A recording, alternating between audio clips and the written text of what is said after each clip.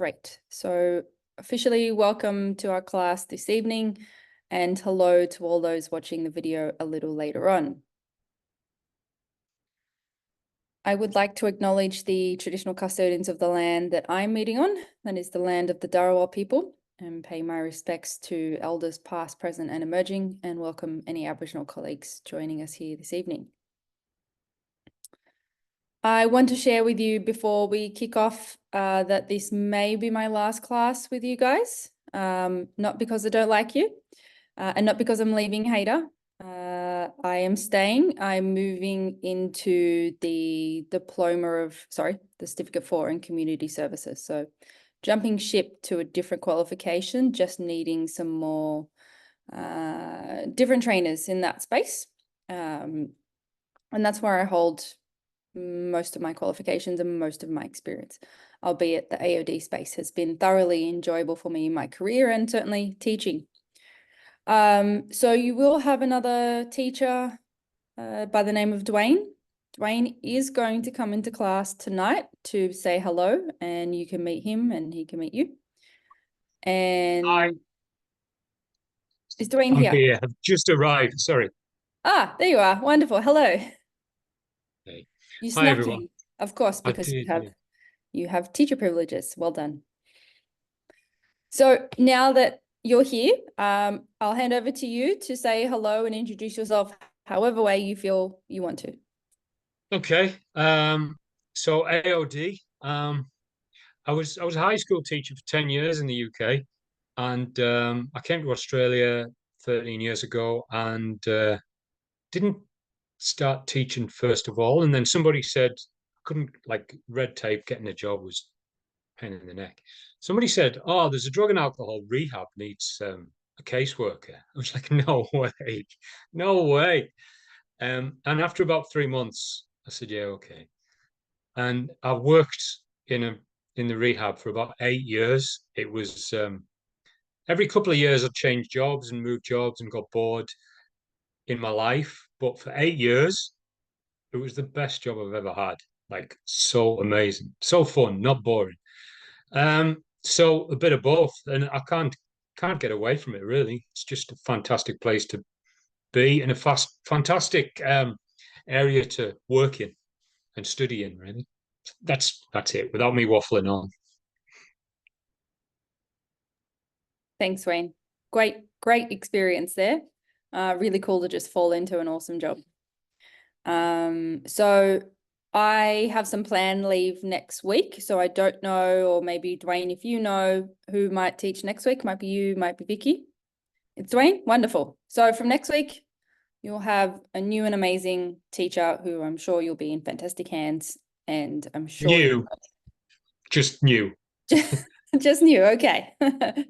Well, you'll learn together. How about that?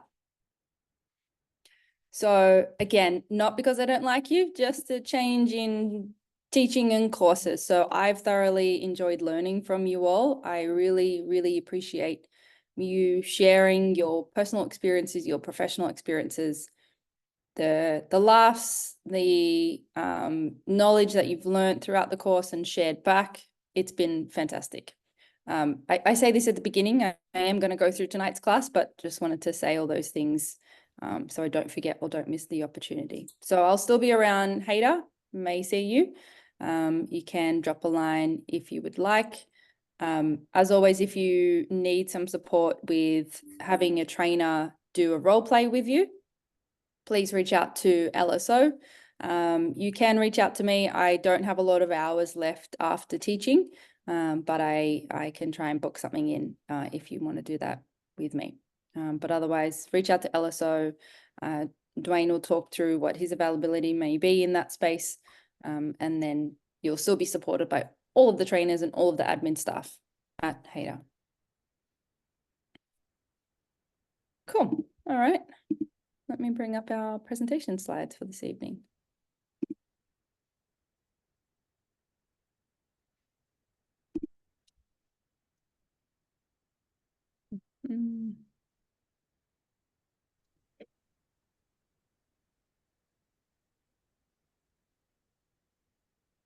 Alrighty, this is the last session of the subject use communication to build relationships.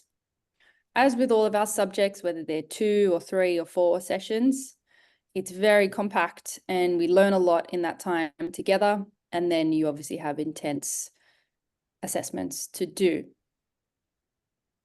Particularly with communication and relationship building, it's not just a learnt thing and that's great. We've got that skill under our belt and we carry on. This needs to be a regular learning experience. It doesn't need to be formal learning. You don't need to study anything different. If you want to, you can. But learning with building relationships and communicating effectively is going to be on the job in real life time for you. So whilst this is our last session here, I want you to think about how can I continuously build on my self-awareness and what I bring to conversations, what I bring to environments, and think about how you can improve or better or differ, whatever it is that's relevant there in that space. So please think about how you can continue that. You will be faced with challenges in your life, personally, professionally. Some of you have shared some of those with us. It's very appreciated. And there will be more. There will be a colleague that you don't get along with. There will be a client that you don't get along with. There will be something where you need to think about, how am I communicating and is this the best way? So take the learnings here, take the learnings from the assessments, take the learnings from the other research that you guys do and continue that journey on and have conversations with supervisors, with colleagues around what's most effective. How do we best communicate? So tonight's session is mostly about meetings, particularly how we facilitate them.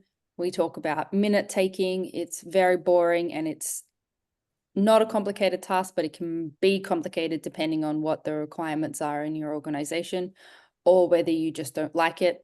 I don't like taking minutes, so my minutes take a lot longer than they should. Thankfully, in my current work, all of my works, touch wood, I don't take minutes, which is great. I ask someone else to do that in my other work and it doesn't come up super often. But I have been the person in the past many times. I don't love it, but it is important. It is a skill to develop.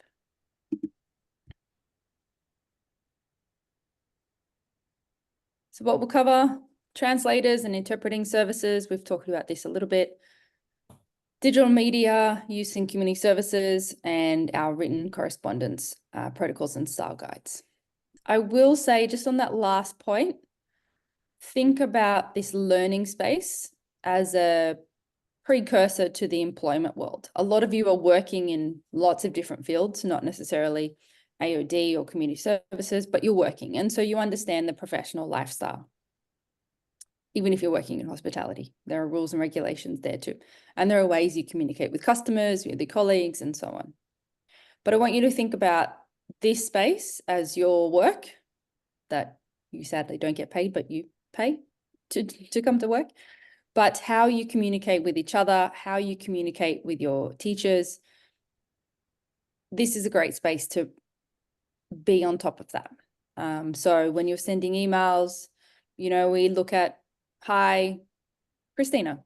And we look at, I need some assistance with, and you state the subject and the assessment and so on, whatever it is. So I just ask you to think about, and this is not coming from anything, but I just like to talk about at some point how we can replicate the world that we're in here together to be the professional world as well. So that when you get to working, you have well-structured emails. You can tell the difference between when I can be a little bit informal and when I need to be formal.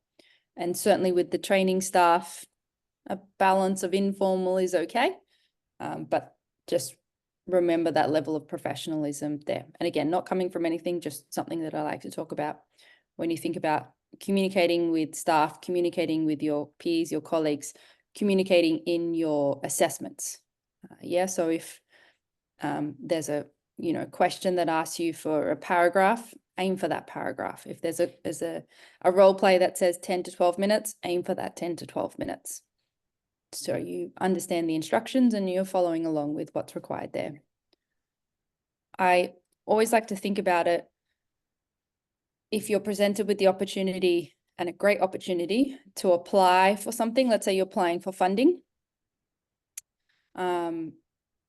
It's something I love to do. I take the opportunity because if someone's going to give me money to help someone, I'm going to throw my hat into the ring. So when you're doing things like that, you need to follow the protocols, the instructions to a T.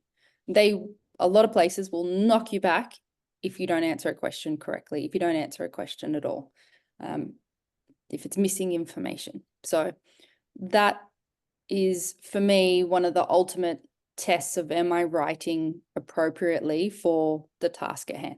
And then, of course, if I'm writing to the CEO, well, my language is going to be very different to if I'm writing to my colleague who's also my friend. Just think about those things. So facilitating meetings. I'll leave this here. You can have a quick read.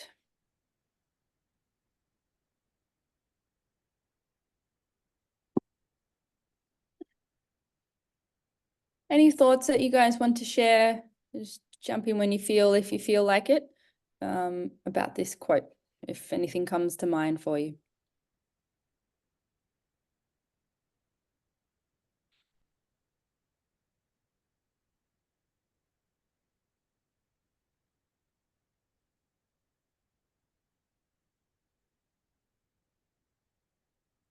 Cool. Well, when no one else shares, I get to share. So yeah, you'll boo, who knows? I like the aspect that you see the stem of community in communication, and it leads to that sense of togetherness, that sense of belonging, that trying to work together, trying to understand, trying to be helpful in a way. So communicating, speaking is probably without second thought for a lot of people. And tailoring your communication approach might be without second thought as well. Wonderful. But where we need to give it a little extra thought is if we're in a different environment or we're with different people, or we need to consider what communication barriers might be there. They could be physical, time and space and technology. They could be a person's ability. They could be your ability. They could be if you're really tired. If you've been to a rock concert just before and your hearing's a little out, lots of things can play a part in how you communicate and respond and how other people do so as well.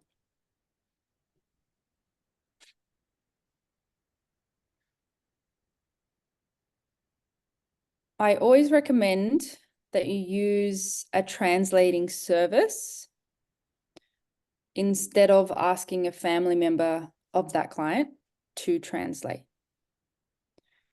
The reason I say this is things can literally be lost in translation. Not everything is the same word in another language.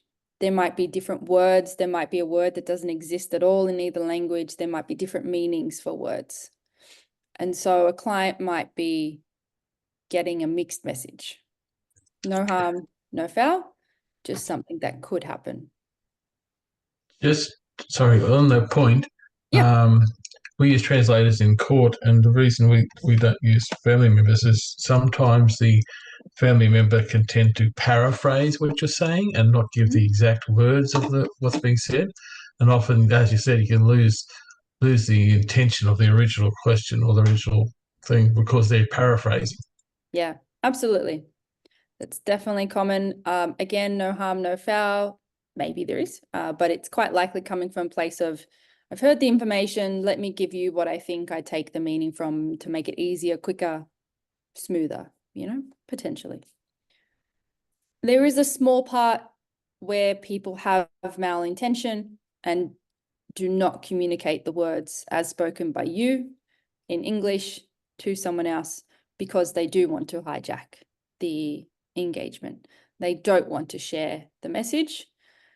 Some people have a different view on protection and keeping someone safe. And so someone might have a view of, well, if I say things a little bit nicer, or I say, yes, we are getting a house, but I haven't said that at all, then they might think that'll make someone happier, feel more at ease, for example. It won't. It will not help. You will be the bad guy. And you won't know any of this because you don't speak that language. That's why you're asking someone to interpret. And it could be, and I have experienced this, where the family member who's interpreting is saying some not nice things about you to the client in a bid to get the client to not work with you anymore. Not helpful. So rather than experience any accidental translation issues or intentional translation issues, go with an interpreting service. This is language in terms of whether it's Greek, whether it's Chinese, whether it's Arabic, and this is also language if it's Auslan as well, so sign language too. Also, what I don't think we talk about in tonight's class, but just to touch on, if someone has a hearing impairment, then there might be technology that might be needed, or there might be someone who can speak in a different tone, potentially, that might help the situation. When we look at translating services for different spoken languages, ask the client. It'll become quite apparent whether a person speaks English or not, or broken English. And ask the client, would you like a translation service? They might say, no, I think I can understand. I think I can communicate. Well, respect that wish. If you get to a point where you think, I don't think they're understanding everything I say, I can't change it any differently, I've tried, you might again suggest translation services, and you might, I don't want to say force, but you might encourage that quite strongly for their benefit, not for you, and they don't pay for it also, I'll get to that point, but for their benefit, so that they understand everything that you're saying. And translators are not just people that happen to speak that language and English. They are trained in how to interpret and pass on information. So when you use a translation service, the organization pays for it. It's not a lot of money. I don't know what the dollar amount is, but it's not a lot of money. Your organization will likely or should have a connection to a service already. There are a handful of common ones in the country. We'll probably use one of those. So what you do is you get the number for that service. You say, it's always helpful if you book something ahead of time, because what if the Spanish speaker is not available in that moment in time? So if you could book something ahead of time, wonderful. A person can be on the phone, a person can be in person. It's less likely in person these days. And you also need to consider that person coming into the client's home, coming into the workplace, coming into the community center where you're at. And what that looks like too. But you call up and you say, I need a Spanish translator for this time, or the client just happened to walk in the door and there was no two ways about it. So you're trying to find someone now. Really important when you're communicating with someone that maybe doesn't speak the clearest or most fluent English, that you don't yell, you don't talk down to them. You don't change information so that the meaning's changed, and you don't ignore them and walk away. These are not helpful actions. Can it be frustrating? Absolutely. Is it your fault? No. Is it their fault? No. There's a language barrier. So you need to think about how you can help that. Sometimes you might come across a client, might work with a client where you happen to speak the same language as them. You speak English and you speak that other language. Wonderful. Different organizations will have different rules around this. Again, reminder that translating services have extra skills in this translating process. But should you speak the same language, absolutely speak to your supervisor around, can I communicate with them in my other language? I speak it fluently, I was raised in that language, or I went to course and studied it for 10 years. I'm very fluent. I can show you my qualifications in speaking that language. Any manager might say yes, they might say no. It's very dependent. But often that can be helpful because you're there with them. Where it can be a barrier is if the client has family members who don't speak that language, and they might be really integral to the service with the client. and the support system, or you might be working with another colleague who doesn't speak that language. So they are missing out on the information there. Just think about those things should they present.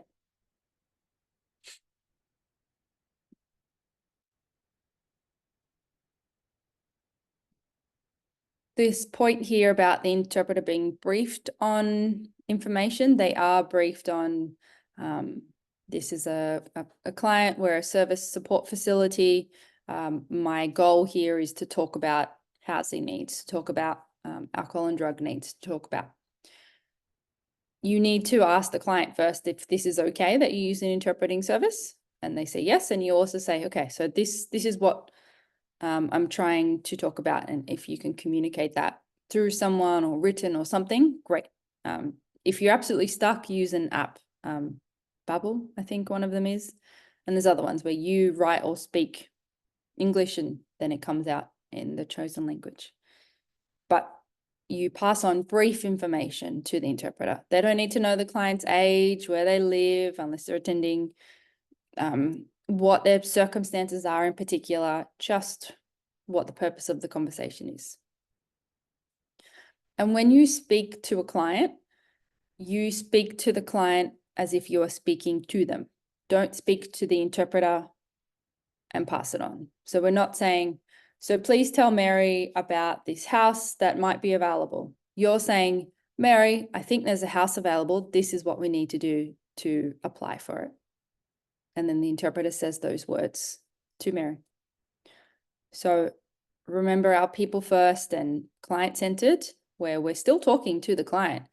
We just have another person interjecting just so we can communicate better.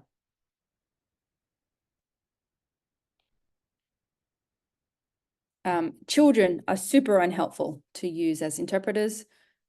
Probably no harm or malice, but just don't understand the nature of what the conversation might be. And maybe they probably shouldn't be privy to certain information. It could be upsetting, it could be distressing, it could not be helpful.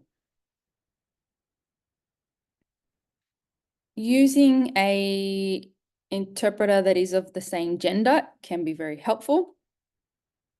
It's not a must. You might be of a different gender to the client. So what's to say that you get the same gender for the client and then all of a sudden, well, I was working with them and I was perfectly fine. So why did I need the same gender? It's not a rule. It can be helpful. It can ease the process.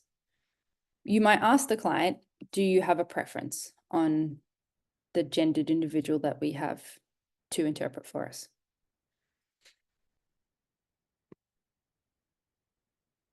So what they do is convey information. They are bound by confidentiality. So they cannot share, will not share information outside of what is spoken. Now, different organizations will have different rules around safety and mandatory reporting. I encourage you to know this when you're looking at an interpreting service so that you are aware if the client shares some information that you must report, that you are aware, will this interpreter report this information as well? Now, this is not bad or wrong, or don't not use an interpreting service because of this, but just be aware if those are their rules. If those are their rules, great. If those aren't their rules, great.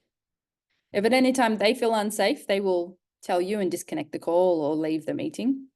But if they have to share things of safety or mandatory reporting that you would share, then just be aware of that. And they might, or you might say to the client, they are bound by the same rules of safety and mandatory reporting that I am. The interpreter will just speak the words or the related words. They won't provide advice, they won't analyze it, they won't summarize it. If the client has a question, if the client doesn't understand, they will say that, ask that to the interpreter, and then the interpreter will say it back to you, and then you try and explain, say it in a different way, provide meaning, whatever it is that's relevant. But the interpreter will not answer a question directly to the client. They don't know the ins and outs, and it's not their role. And before you get on the call or see the interpreter, make sure they are aware of what is happening and what the intent is.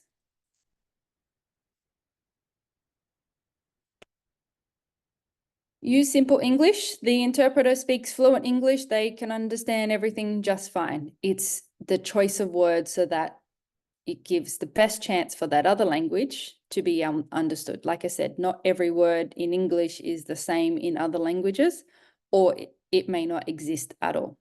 So use simple basic words that are most common or most likely to be available in that other language. Use less words, speak in shorter sentences. Don't say everything really quickly and speak for 5 minutes and then expect the translator to understand and be able to say all that correctly. 1 or 2 lines, interpret that. Maybe it doesn't warrant a response from a client. That's fine. Maybe it does. But once the interpreter says it and a client will nod or say okay or yep or something, and then you can continue with the other things that you need to say.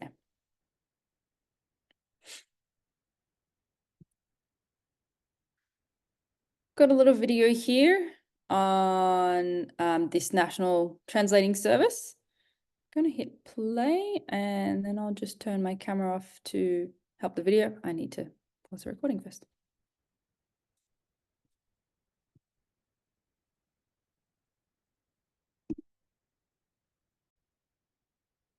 Lisa. I don't know if this is a dumb question, Probably but not. if you've got working with an interpreter and the interpreter has a strong accent and you as the worker are having trouble understanding what the interpreter is relaying back to you, what do you do in that situation? That's a good question. I haven't experienced that. All of the interpreters I've used through a service have spoke fluent English with, if any, accent, so minimal. So it's not something I've experienced. I don't know if it's something they necessarily screen for, but they do, when they employ people, they do assess, can you speak fluent English and can you speak fluent Japanese? So that is something they consider, to not hire people that have a strong accent in either language. Having said that, if you happen to work with someone and you can't understand them, do not work with them again. Advise the translating service that the person you worked with had a strong accent, you really couldn't understand their English. You hope that they communicated well with the client, but you don't know that, and you'd like someone else. If they don't have another person of that language, you go to another service. Your organization will support this. And if you feel like the client, if you're unsure that the client understood everything you were saying and got the correct messaging, then you might have another interpreter ready to go to repeat that conversation. And you might say to the client through the interpreter, we did talk about this. I'm sorry to do it again. I just want to be sure that we were okay and we communicated okay in this space. So not something I've experienced before, because they get people that speak or don't have a strong accent in another language. But if you do and you have that not so great experience, then let the service know and don't use that person again and or that service if they don't have another person available. Okay, cool. Thank you. Yeah, you're welcome. Any other questions or things to add? Maybe if you want to share, if you have used an interpreting service, how it was.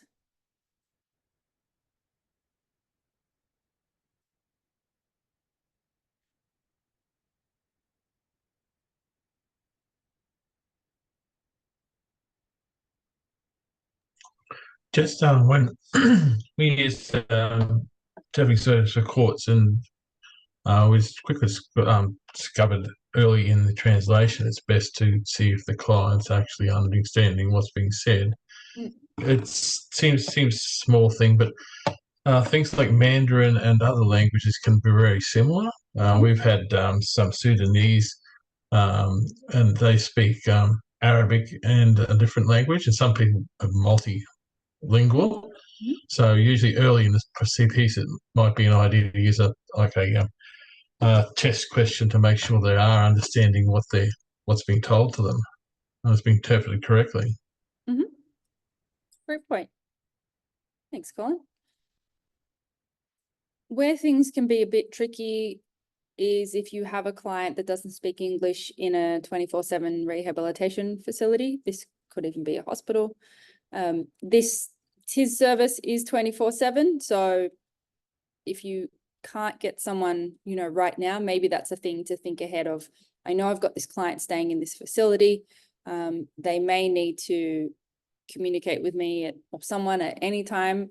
Is it possible that I check that there might be an interpreter who speaks this language available 24/7? Now, the service probably won't roster someone on just in case. If it is a common language, potentially that won't be a problem. There will always be someone available. But where possible, try and set that up and have written material available to that person. And you might, in emergency situations, use, not emergency as in critical, but you can't get an interpreter, you might use a phone app just to kind of get something across the line. But of course, if you are worried about the person's safety, health, well-being, you call emergency services. They will attend. Whether they speak the language or not, it doesn't matter. They'll attempt to provide that medical care or that support.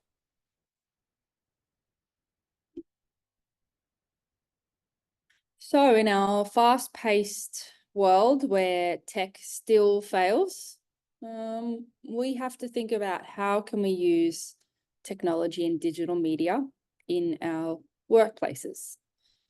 Most workplaces today have technology to fill in new client forms, to fill in case plans, to fill in goals.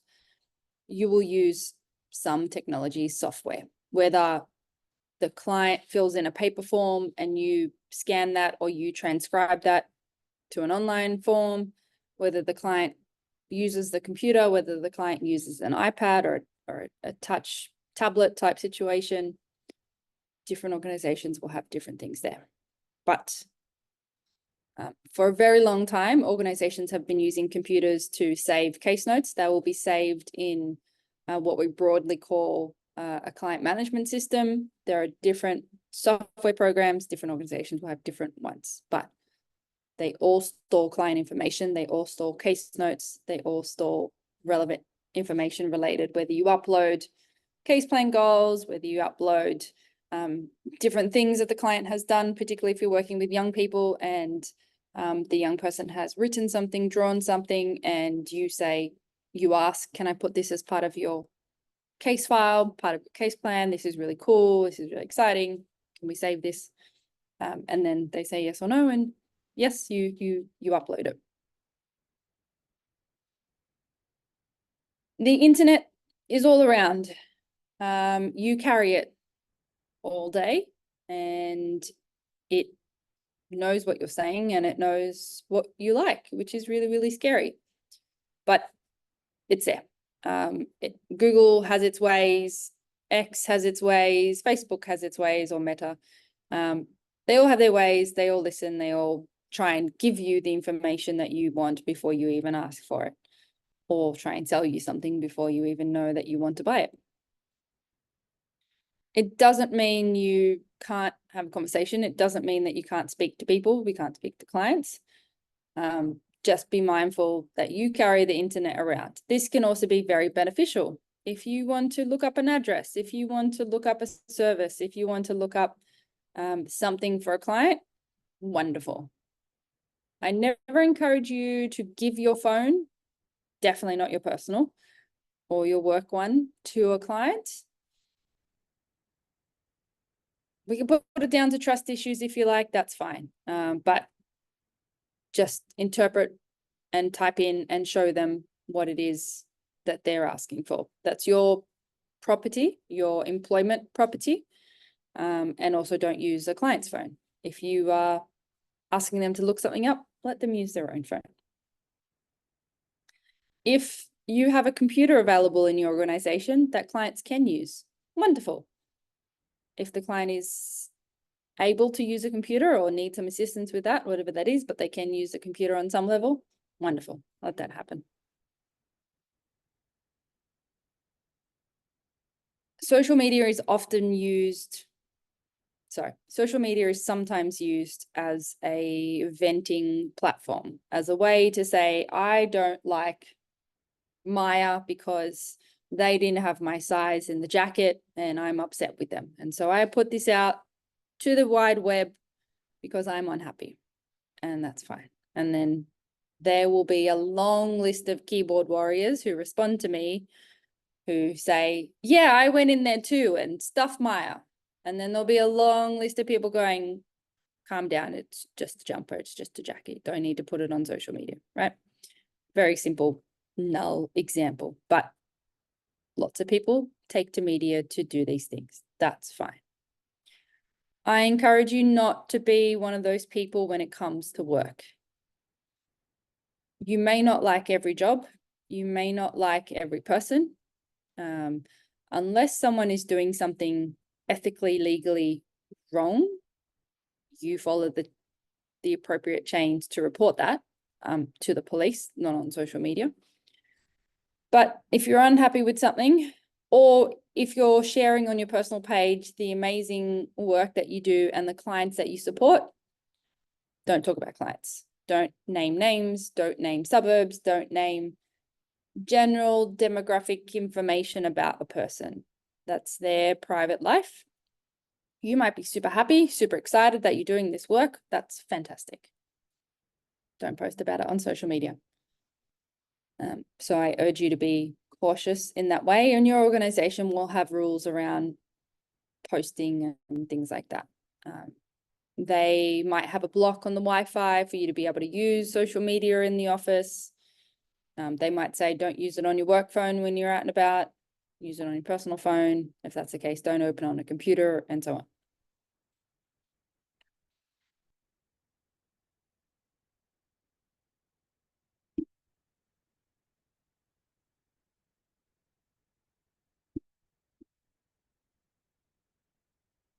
Really simply, but documents can be, or digital media can be created, it can be viewed, it can be distributed, it can be modified, it can be preserved.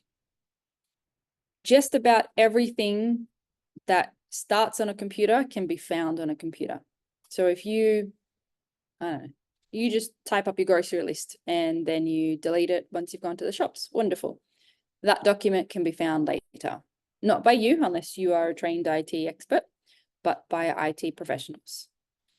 So if you are saving something personal on a work computer, I would think about, does it need to be there? And I would think about removing it as quickly as possible. It might not be anything necessarily bad or wrong or inappropriate. It could be your class material, right? It just doesn't need to be on the work computer. It could be your assessments, it just doesn't need to be on the work computer. If you're sending it to yourself, you know, you've got an hour of free time and your boss is okay for you to work on it, wonderful. It's not harm, it's not wrong, it's not bad, especially if you have the approval from your manager to do so. But just know everything can be found. So not everything is looked for unless there's a reason for it. Where things get a bit tricky that are tougher / impossible to find, again, are case notes. So the way these client management systems are set up is if you delete, remove something, it's usually gone for good. Now, there might be, every software will have its own team of people that know the software and create the software and troubleshoot. You know, when you've got a problem, you call up and you say, I can't seem to save a document, and there will be people that can assist with this, not in your organization, outside, the ones that work for with that software. So if you accidentally delete something and you need it, make that phone call really quickly, because not everything can be found on those platforms. Some can, some cannot. Generally speaking, when you're entering information into a client management system, you never delete. It could be incorrect. You might have written the name as John, but it's James. a simple mistake. But it's best if you go and, make an edit or make a note of what the error has been and what you're fixing it. And this becomes more relevant with case notes. You might be really tired and you write the wrong case note in the wrong client file. So you might make another note that says disregard previous note and so on. And be mindful that clients can view with permission their case notes. So if that happens, which has never happened to me, but if that happens, then you just exclude that case note from the files. You print out, or you only show them, or you sit with them and they read through and you say, you can't read this, this was an error. It has nothing to do with you. It was an error, and you keep going.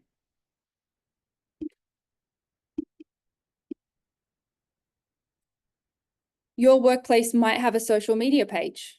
Wonderful. There will be people that look after that. You might have an idea about advertising a support group that's happening, about advertising, some self-help techniques that you want to put out there that people can read. Wonderful. Pass these on to the communications team, the media team around, hey, I have this idea. What do you think? Can this go on there? And they might say, yeah, absolutely. This can go on there. I'll do it today. I'll do it tomorrow. They might say, oh, there's some words that we can't use and so on. For example, in class here, we pause the recording to watch videos because we can't show the videos. That's a copyright error. We have permission to use the videos. We just can't record them and keep them that way. So that's something that we follow here. Have I got it wrong? Yes. Have I accidentally recorded videos? Yes. They can be deleted, and they are deleted later. I never recommend being Facebook friends with any clients, even after you finish working with them. Why open up that barrier when something could go wrong, when something could be misleading, when something could be misinterpreted? It can be difficult because you build strong relationships with clients, you care about them, they probably care about you, you've helped them, you've cried with them, you've seen them through their schooling, all of these things. Doesn't make you friends. And be very clear to clients that you're not friends, and be clear to yourself that you're not friends. You are a paid worker and you're there to support them. If that support ends, I hope it's for good reasons. If it's not, wish them well. Don't add them on social media. Don't talk to them outside of hours. Don't talk to them or talk to their family members when there's no service involved. If they're calling and asking questions, you might say, hey, we're not working together anymore. I can hear that things aren't going well for you. Can I recommend some support services? Or if you'd like to return, this is the process to do so.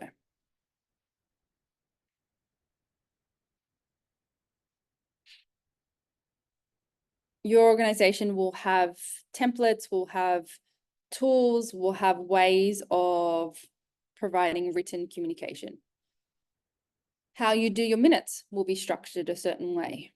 How you write a letter to a GP or another referring agency will be structured a certain way. How you write a letter to a client, to a family member, will be structured a certain way. There might be letterheads, and there might be words or grammar or a tone that you should use. There might be information to cover. For example, when you make a referral, you must cover information like the client's demographics. You must cover the illness or the condition or whatever it is you're working with the client with. You must provide the reason that you're referring, because whatever it is, why you think it's a good idea, why you think they can be of assistance, that the client has agreed to this referral as well.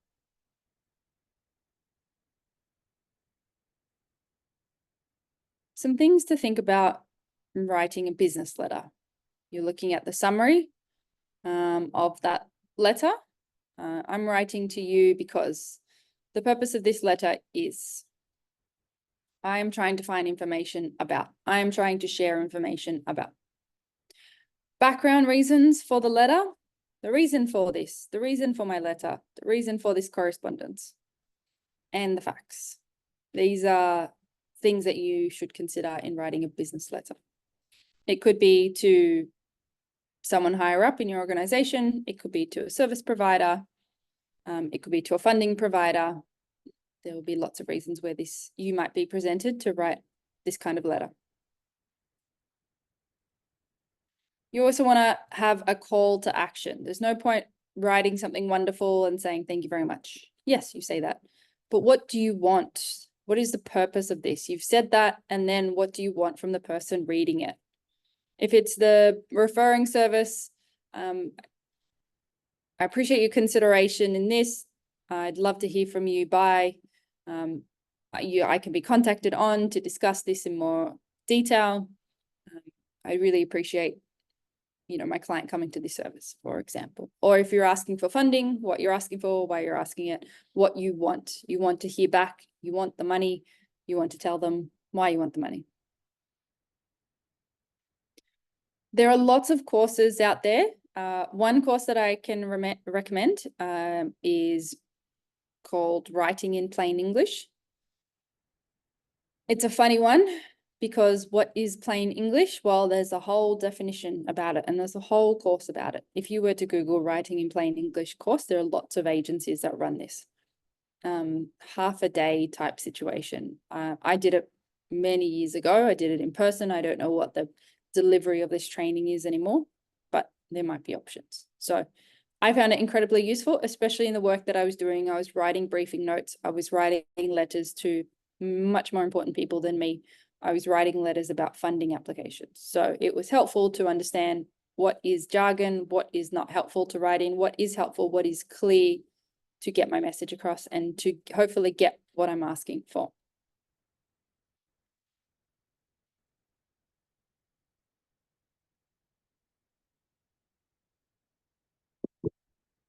Don't go rogue on a written report. This could be a report. You might be working in a case management team, and you might have, everyone might submit a report quarterly around the work that's been done with the client. And you might talk about goals, you might talk about strengths, you might talk about your areas for improvement, you might talk about the relationship you've had with the client, how you've worked well, what they've achieved.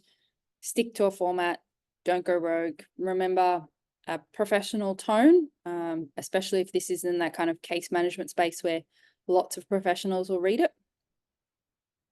But also keep in mind, any written material about a client, we think about if the client were to read this, which most of the time they don't, but they can ask for it. If a client was to read this, have I written about them in the best possible way? It doesn't mean lying. It doesn't mean saying, yeah, they turned up every day for the last month, when in fact they did not turn up at all. If they haven't done what they said they would do, if they haven't met goals, if they haven't been well, if they haven't communicated well with you, if they've been somewhat abusive to you, write these things. But there's a way to say the client was abusive. We're not saying John was a dick and John did this and I'm not working with John ever again. Not helpful. You want to state facts. You want to state behaviors that you've seen, that you've heard. And always think about writing in the best possible way. Again, not lying, not making things up, not spinning the truth. Hopefully you have genuinely good things to write about a client, but if a client hasn't done what they should be doing working with you, then make sure you write that. And you can write recommendations as well. And you can write, if you know, maybe what the challenges were for a client. They didn't attend because they couldn't get out of bed. They were still using whatever substances. They had competing priorities with going to multiple medical practices for support. Write those challenges because they can be talked about as well. Things can try and be worked with the client.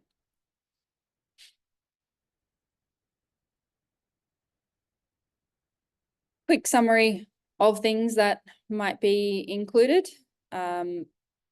You probably haven't had a chance to write an essay in this subject, in this course. Maybe you've written one before. You might write one in the future. Wonderful. Generally, an essay will follow a format of an introduction, a body, and a conclusion. I don't think there'll be an occasion where you need to write the headings, introduction, body, and conclusion. I do not like seeing that. That is not good academic writing. You might have an introduction title. Wonderful, write that. You might have a body title. Wonderful, write that. And you might have a conclusion title. Conclusion is a little bit different. It is acceptable to write it, but if you've got no headings and then all of a sudden you write conclusion as a heading, don't do that either. Okay, I think we'll take a break at this point. I need my screen up.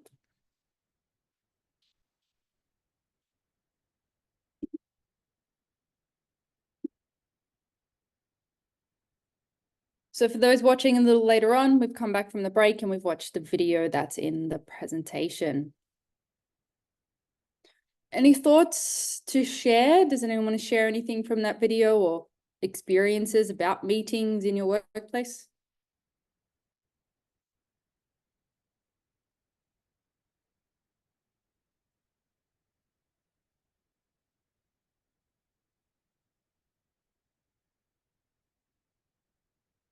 I realized, as a lot of people, that we had meeting overload over the last couple of years. I went from working in an office 5 days a week, 8 hours a day or more, to working in front of a computer for 8 hours a day, 5 days a week or more. And there was constant meeting. People tried to replicate the water cooler chat, the casual chat at the desk, the casual, hey, can I borrow your pen? Just random chat. People try to replicate that. Seemingly helpful, so you could maintain engagement and maintain that social connection with people. Sometimes overkill, just setting a meeting titled catch up, chat, quick catch up, loose words to this where there really are no agendas, there's no goal, but the chat. If I want to do that, I'll just call you. So that's something I experienced over the last few years of this meeting overload. And the last point that facilitator in the TED Talk made was around, could this be sent in an email? And I think a lot of meetings could just be sent in an email. I've sat in many meetings that I think, there's an hour of my time I'm not getting back. And there are action items that I don't know anything about, but now I'm being tasked with something.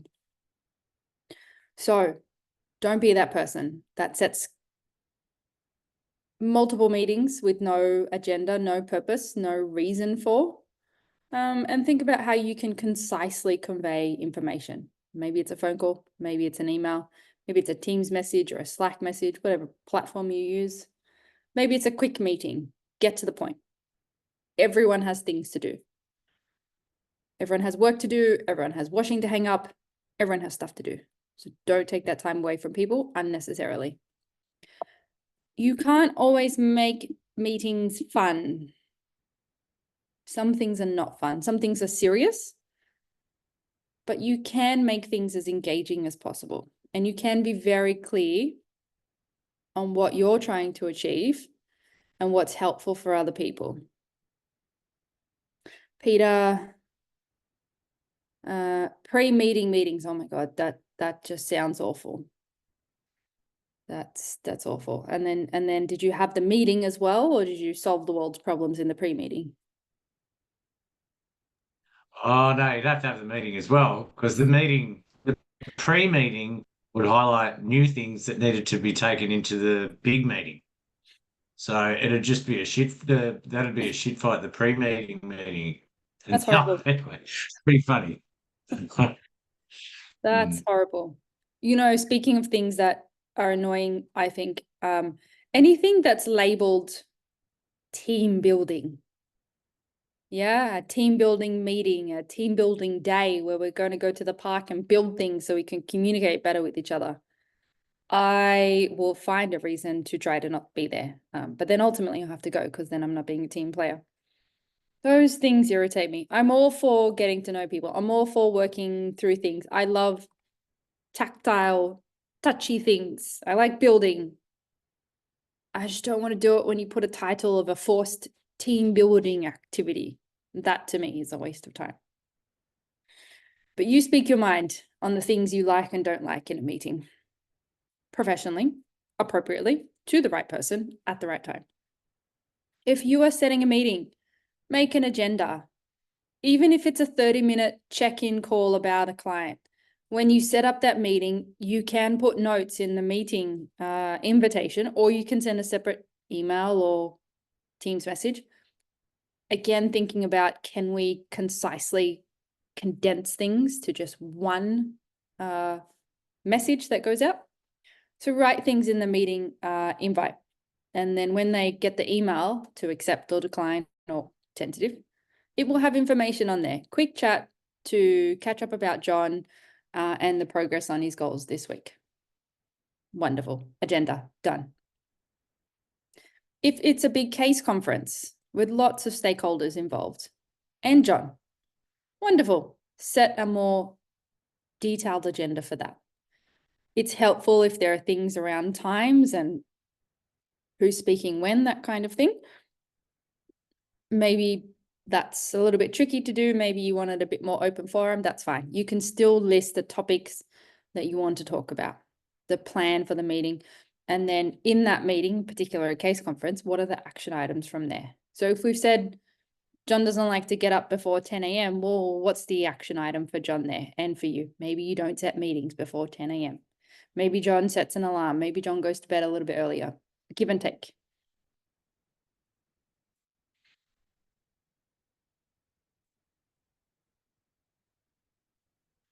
In more formal meetings, there will be a chairperson, even in a team meeting.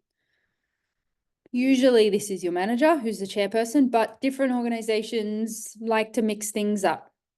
In my other job, we rotate the chairperson, and that person is responsible for making sure we stick to time on the agenda items, making sure if there's a guest speaker or some information to be shared in like a learning space, then they have that information and they produce that information, or that person, they dial them in, they bring them in, they give them a cup of coffee, all of those things. And you are keeping task of the meeting. Sometimes conversations naturally go in different places. That might be helpful. That is not helpful for the whole meeting. You need to bring it back. So as a chairperson, you will be that, hey guys, we need to get back on task. We need to go back to point 4. We need to move on from point 4. And the next point, team building, icebreaker. As soon as you say these words, my brain is like, ah. A lot of people I know have these feelings too. I'm all for activities. I'm all for sharing. A really cool thing I did a little while ago was asking people in this getting to know you. This was a training program when no one had met anyone, I don't think.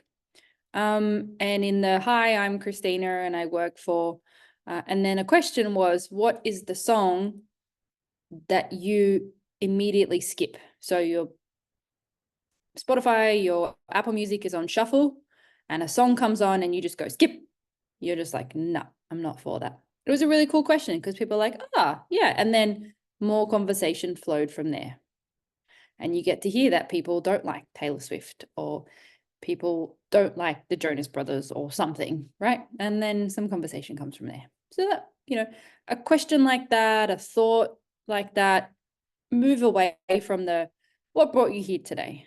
A question that's okay that I find quite successful is, were there any challenges in you getting here today? Maybe the train was late. Maybe you dropped coffee on your shirt. Those can be good conversation starters. And if you're facilitating this meeting, make sure it's best if everyone gets a say in whatever it is, shares an opinion, shares a thought, shares an idea, has a question, answers a question. It's helpful if everyone is included and contributes. And you might be the person as the chairperson to say, hey, Ben, haven't heard from you. What do you think? Ben may not like this, but tough luck, Ben. You're in a team environment, you share. Oop. As you're going through the agenda, as you're having these conversations, provide opportunities to explore all of the relevant issues, provide all of the relevant information. As the chairperson, You do not need to know all the answers or have all of the information. That's not necessarily your job. Your job is to make sure that the people who have the information are speaking at the right times. And make sure you allow enough time for each topic. Don't try and cram everything in. We don't want to have long meetings and continuously scheduling meetings. We don't want to shove everything in just to try and make it quick, because it's all shoved in and we don't really cover anything in the detail it needs, or we miss things. That's not helpful either. So if you're planning this meeting, you need to think about how much time do I need for each topic, each agenda item, each moment for people to speak. You may not get it right the first time. That's okay. You keep working on it. You want to have contribution from everybody. You want to use strategies that encourage all members to participate. Now, in a big scale meeting, more than 20 people, you might have QR codes that link to surveys, that link to questionnaires to engage people that way, if they don't want a voice in meetings. You might be having people in a room and having people online. This is really difficult to juggle because you need to really keep the people online engaged. So it might be calling out, hey, Ben, what do you think? It might be a broad question of, love to hear from everyone. How about we go around the room and then everyone starts sweating going, I'm next, I'm next, I'm next. You might like to have if you've got just people in the space, don't do things in the space, in the physical world, that the online people can't do either. So if you've got everyone in the physical space, you might like to have like a little squishy ball and throw that around gently, and peg it up anywhere. Throw that around gently to engage people. So if you've got the talking ball, you're talking, and this can be thrown around. And this, again, creates that tactile environment, a little bit of play, a little bit of engagement with each other. Maybe you have breakout spaces as well, where, you know, maybe people don't want to share in a bigger space, but you say, okay, well, now we have half an hour to do this. So if you're in this space, find a buddy, go to a corner. If you are online or have people online, you need to set up those breakout spaces for people to go into and so on.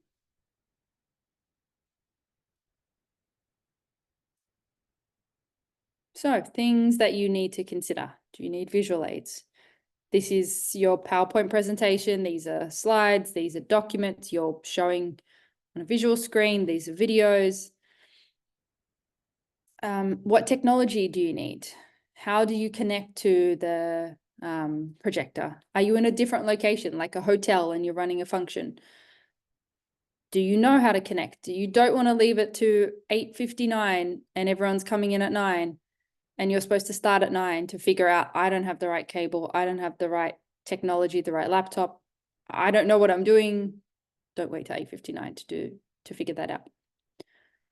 Make sure if you've got guest speakers that you confirm with them day before.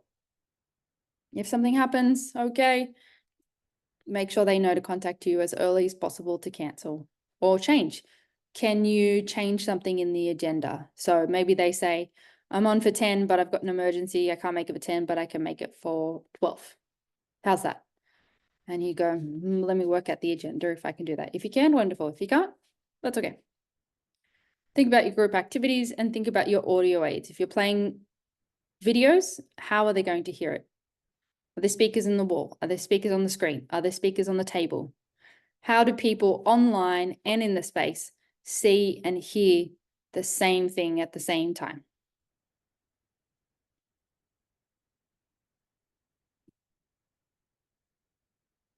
Think about any communication barriers that might exist, whether it be spoken language, pardon me, whether it be someone who speaks Auslan who needs an Auslan interpreter, someone who needs closed captions, someone who needs to see a person in full view, not just on a screen or hidden behind a lectern or something. Think about if, in general, but think about scheduling breaks in your workshop, meeting, whatever it is. If it's more than half an hour, think about a quick break. An hour, you might be able to push through. I don't like sitting for too long, so I'll get antsy and I'll need to stand up. Most people are okay with this. Everyone has been okay with this, and I'm okay with this when I'm teaching and facilitating. People just stand at the back of the room, behind the chair, wherever it is a comfortable space for them and for other people. Think about tea, coffee, water available in the meeting. Suggest to people to bring their beverages of choice, non-alcoholic, into the meeting space. If you're over a lunch period, even a morning tea period, do you need to think about catering? If you're not able, not you as in you, but the organization, if they're not able to cater, think about in the meeting invite saying, we're going to take a morning tea break at 10:30. That might be the time that you go and get something from the downstairs cafe, or you might bring something in. Just make people aware of those things that will make them comfortable and ultimately improve the engagement in your meeting. If you have conflict that arises, this could be so many things. This could be a client not liking all the information that's being said about them. As long as it's professional and accurate and true, but they still might be upset, and that's okay. You might have two colleagues not agreeing to a project plan. You might have a medical professional saying one thing and another medical professional saying something else. You can go about it a few ways. Address it then and there, as long as it's not a public stoning type event. Try and work through an issue. If it's taking up a lot of time, if it's taking up a lot of energy, if it's bringing people into a disagreement that doesn't need to occur, then you park it and you make that very clear. Thanks, everyone. I appreciate this differences of opinion. Can we park this and we'll come back to it later? If people cannot park it, then those people need to leave the meeting. And they need to be adults about things. So if you can address it professionally, nicely, come to a resolution, and you have the time, wonderful. If you don't have the time, if people aren't communicating effectively, leave it for later. All right, your minute taking. Like I said before, your organization will have a procedure or something, a guidelines of how to do this. Any major meeting will have a minute taker. It's not usually the chairperson because they're running a job and someone else needs to run a different job. And it's quite never likely the manager. They've got to where they've gotten, they've done all the minute taking in their earlier roles, they're not taking minutes. If you're the newest person, you're probably it. If you're the least experienced person, you're probably it. Unfortunately, there's no fair, right, wrong. If it comes with your job description, you're it. If you feel like you're always bombarded with taking the minutes, you might have a conversation professionally with your manager around, can this role be shared? That's up to you and the manager in the workplace to kind of look at that.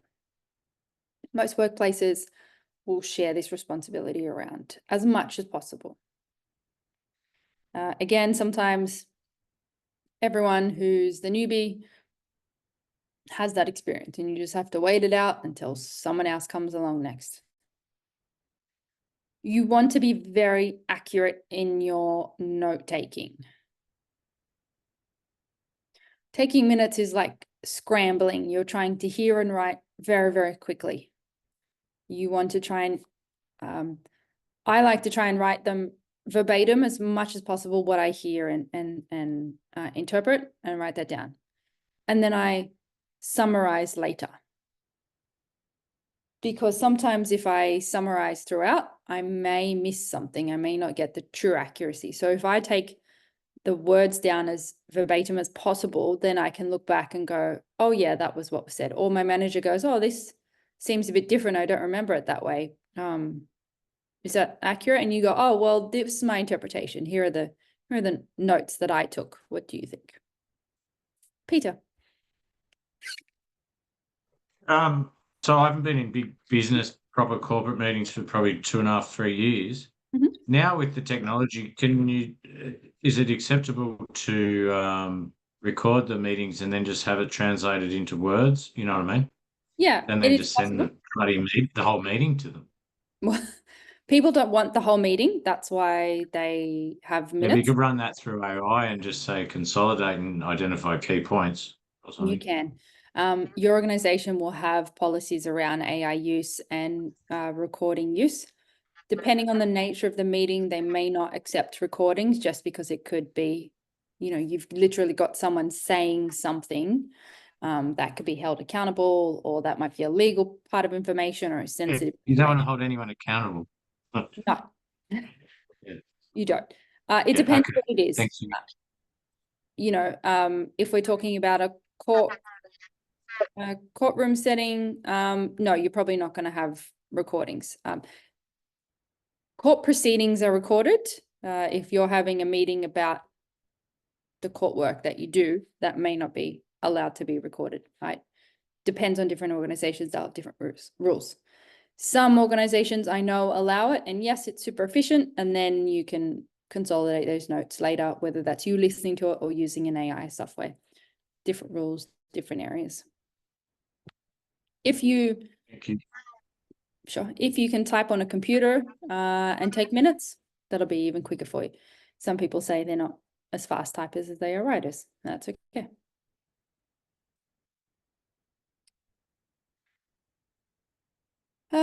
We've covered this.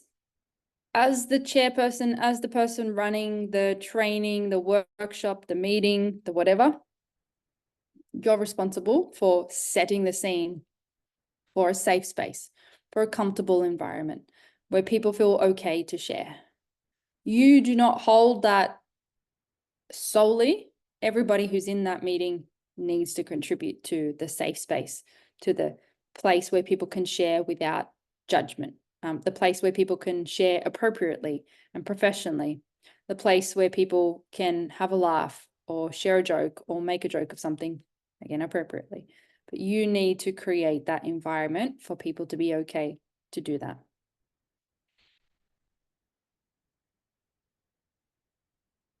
Okay. It'd be really helpful if you guys take a photo, screenshot, use your phone, use your computer of this screen. I'll change it up just a little bit, some of the words that are on here, some of the activities, but if you can take a screenshot or take a photo on your phone, that will be helpful for me, just so you remember these instructions when you go into a breakout space. So you're going to research this organization called Community Door. You're going to look up their agenda templates, and you're going to, in your group or in your pair, you're going to create an agenda for a meeting. Now it says they're 10 minutes. If it's 8 minutes, if it's 6 minutes, if it's 5 minutes, I'm not phased. An agenda for a meeting where you are, this is the subject, you are developing a communication procedure around mobile phone use in the workplace. We don't have a big group, and I want everyone to sort of partake in this. So in terms of the role play aspect, it'd be helpful if people just talk through what might be said at this meeting. How might you convey this information? What information would you like to see, hear back from people? So I want everyone to do a little bit in this. So, and we don't have a big class tonight, so you won't necessarily role play and have all these roles. That's fine. But I do want you to research. I do want you to find the agenda template. I do want you to create a meeting that talks about developing a communication procedure around mobile phone use in the workplace. So you might want to Google that whole sentence, developing a communication procedure, blah, blah, blah. You don't need to solve that answer, that question. You don't need to have the procedure written out. If you do in the time that you're together, wonderful. It's not the goal. The goal is focusing on creating the agenda and setting the scene where that communication can occur. So put yourself in the shoes of a facilitator. You're wanting to run this meeting. You don't need to have all the answers. You don't want all the answers because you want people to be involved. So I want you to think about on this agenda and thinking about running this meeting. What questions might you ask people? How might you engage people? What's important to write on the agenda? What's important for people to know ahead of time? Is there pre-learning? Is there going to be a pre-meeting before the meeting? Probably not. Maybe there's some pre-learning. Maybe you want people to come to the meeting thinking about what this might look like so you can dive into conversations and activities. Up to you what you think is important and relevant to include. If you were running this meeting, how would you go about it? And what is your goal? Do you want a procedure developed in that time? If that's a yes, that's an all-day type meeting.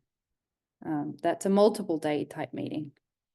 If you want people to have the opportunity to discuss and collect, maybe you want 10 ideas from it. And then this is meeting 1 of 4, maybe. Whatever you think the goal should be, that's right for you. There's no wrong answer. The only wrong answer is not doing it if you go in and you don't do it. But even then, you might have your reasons. There's no wrong answer. Think about you're facilitating this meeting. You're bringing it together. You're bringing the people into the room. How do you want it to go? Okay, I'm going to bring this screen down now and just organize the breakout spaces.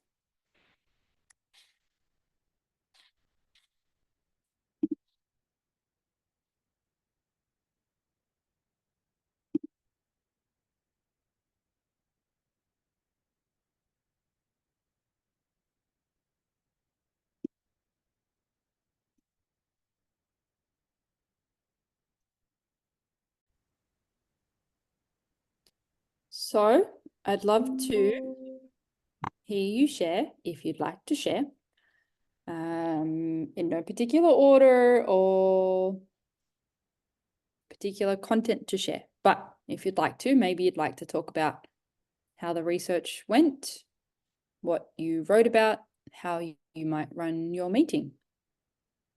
Over to you.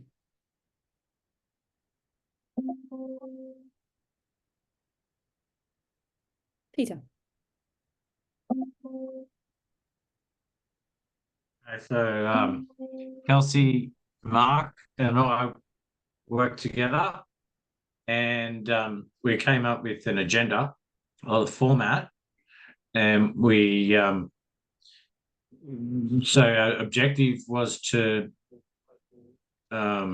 develop a clear communication procedure regarding mobile phone use in the workplace. Attendees, I was the chairperson, Mark was taking minutes, and Kelsey was participating. And well, we're all participating as equals in this, but there was one person assigned to chairing and one to minute taking.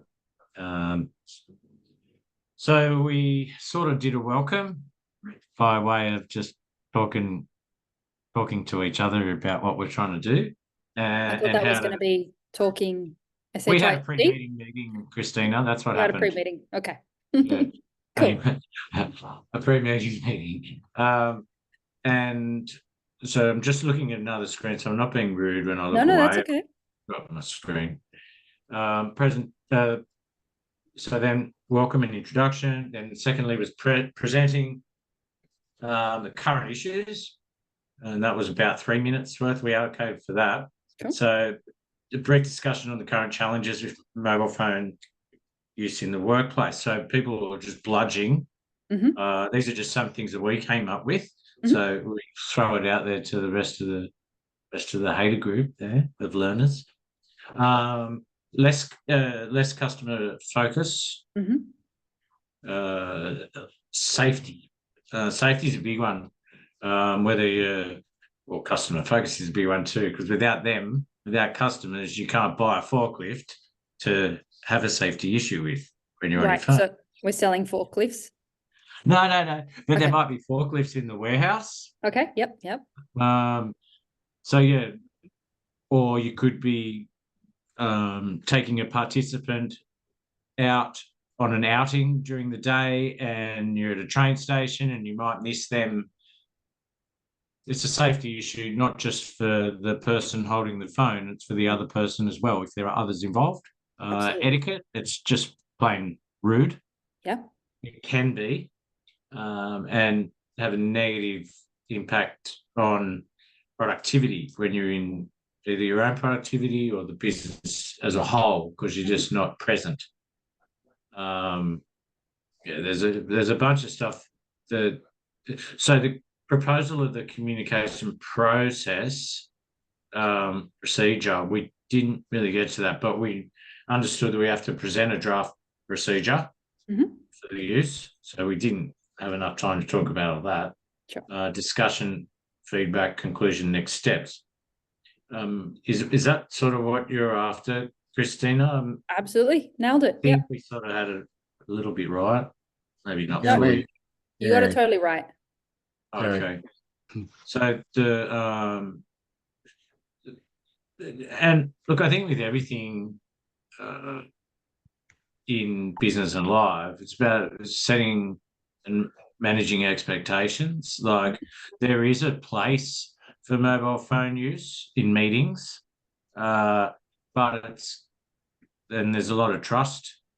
And yeah, a lot of trust in the people that have their phones, that they're not just looking at shit on Facebook. You know, potentially they're quickly Googling a word they didn't understand, you know, like whatever that word is, doesn't matter. Or how something relates to something that's part of the discussion or a discussion topic in the meeting. You know what I mean? I hope I'm not going all over the place here. It feels you're like right. You're right. I might not be. You're saying it all, mate. You got it. Yeah, I wanted to say, it's exactly. It's the safety in mind. Mobile phones, around the workplace.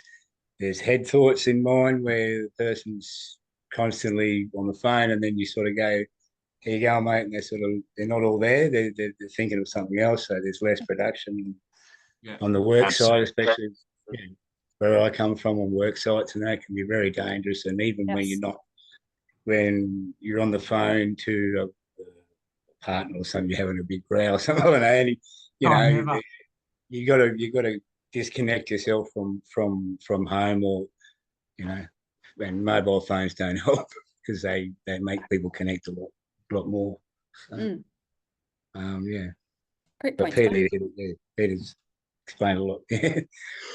So, any questions? Not for me. You nailed it. Thank you. Sorry, did I talk over someone? Oh, I think I'm getting your feedback, Peter or Mark. Yeah, that's better. No, covered that super well. And I know that you wouldn't have gotten through everything with the time that I gave you. I'm happy to send you back and do it more, but I thought that might be all that you guys would like to do. And that's enough just so you get the feel of what we're trying to achieve. But you made some excellent points. If you're on a work site, using a phone is a bad idea. And if you are at a train station looking after a client with a disability, a young child, being on your phone is also a bad idea. So good points there. Thank you, you guys. Your group did really well to come up to what you did there. Thank you. With the other group, Anna, over to you. Are you, the people in my group, you all right if I read it out? Yeah? Yeah. Okay. I'll start. We got to the agenda template from Community Door, and the agenda for the is the title of the meeting. Agenda for the policy and procedure of mobile use in AOD workplace of first access. Of AOD in first access on the 18th of June at 8:02 p.m. meeting. The title is Policy and Procedure of Mobile Use in AOD Workplace.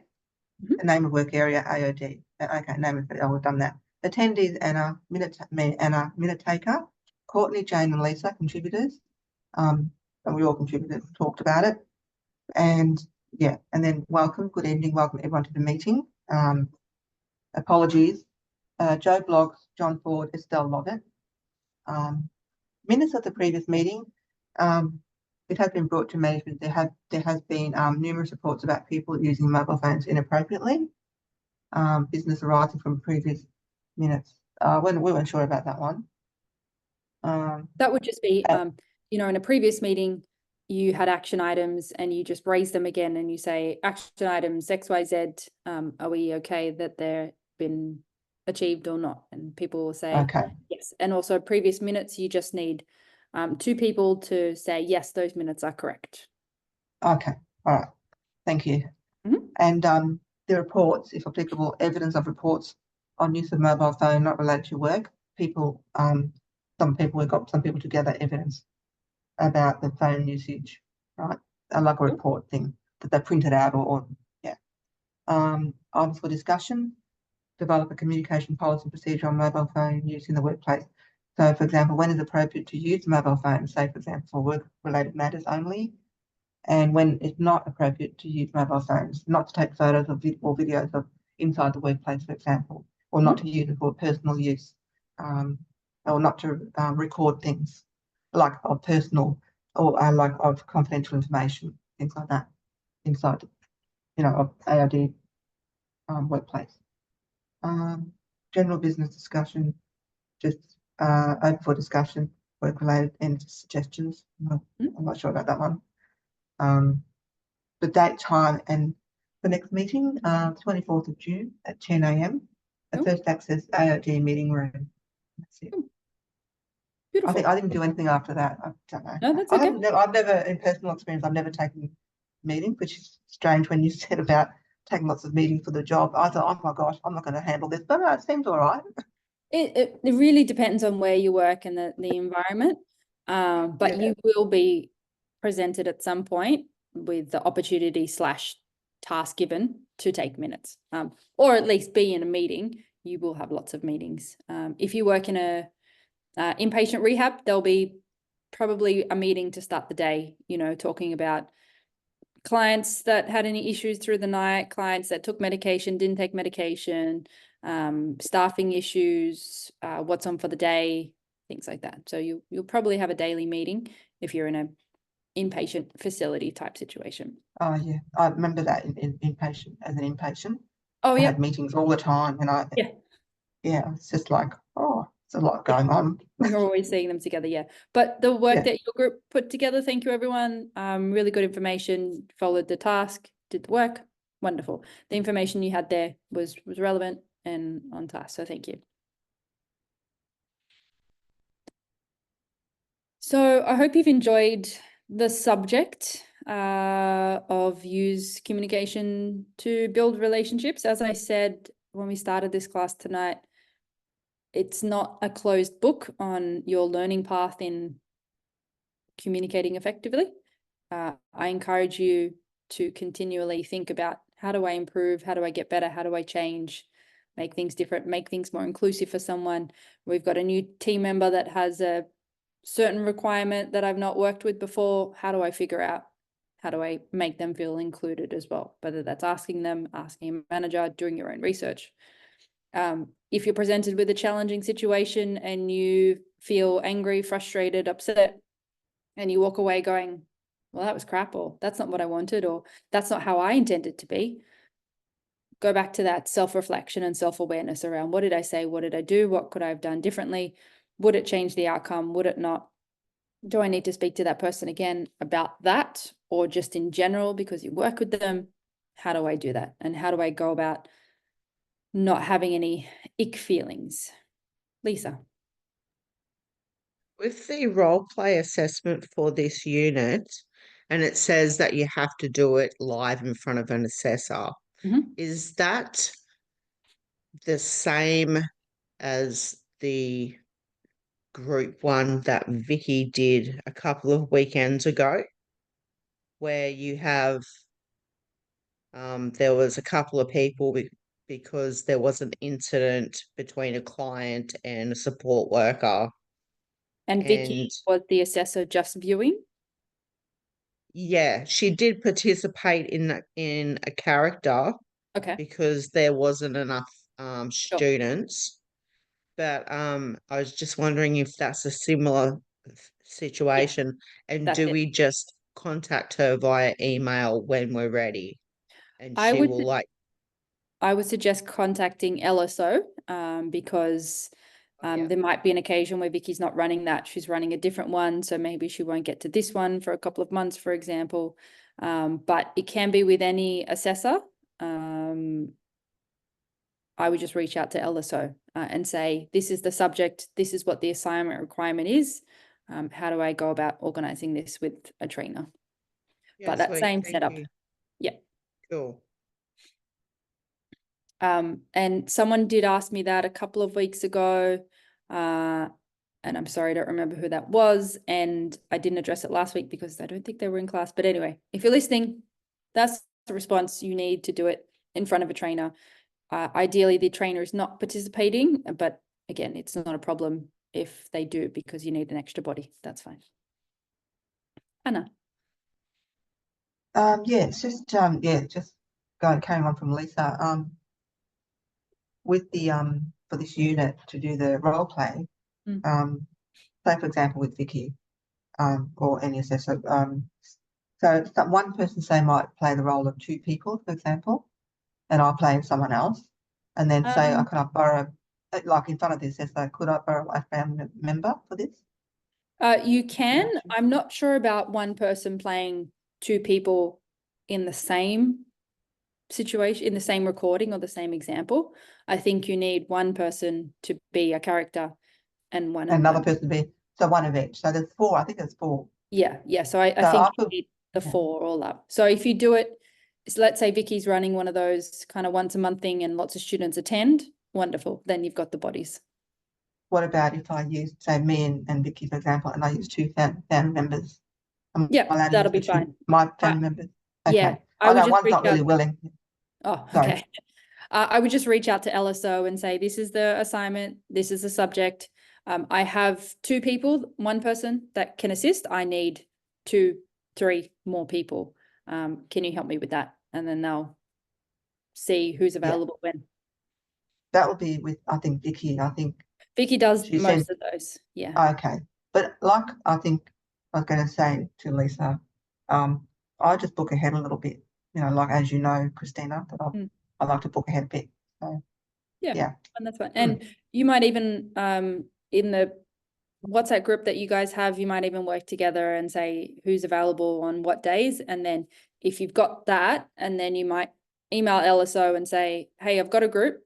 I just need a trainer. Is there a trainer available on this Monday, on this Saturday, or whatever?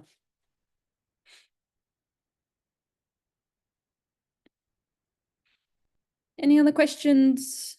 Assessments? Thank you. Thanks, Christina. You're welcome.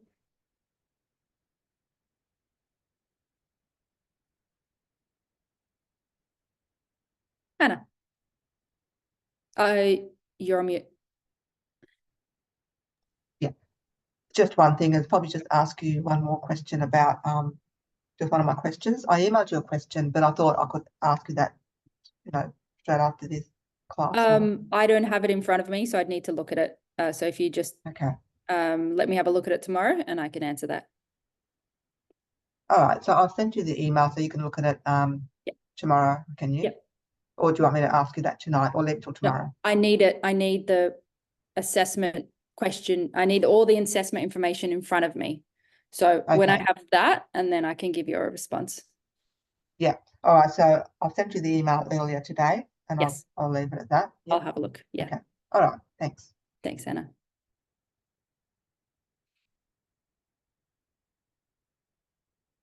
Other questions, musings? Fun things to share?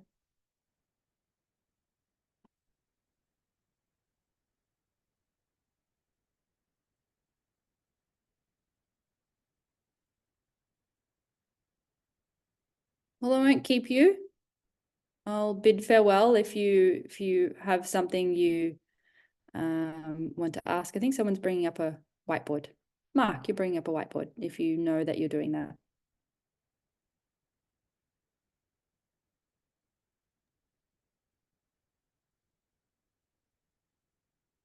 I'll leave it with you. It's been great working together. Thank you for allowing me to share this space with you. Thank you for sharing all the wonderful things that you have. Like I said, I'm not leaving, I'm around. My hours are restricted outside of teaching to help with role plays, but if you do get in touch, if you would like me to assist, I'm happy to. Just have to work out when I can do that. Otherwise, reach out to LSO and they get in touch with me, and then I say I'm available this time, whatever, and done role plays for other classes and whatnot. So thank you. It's been wonderful getting to know you, seeing your journey. If you have anything that I can assist with, reach out. Otherwise, I'm sure I'll see you guys around somewhere. So I'll stay on the line for the Little House Woman Standing, but otherwise, thank you. And good night, everyone. Good night. Thank you. Thanks. Thank you. See ya. Bye-bye. Thanks. Bye. Good night. Bye See you all. later. Good night all. Bye. See you. Yeah.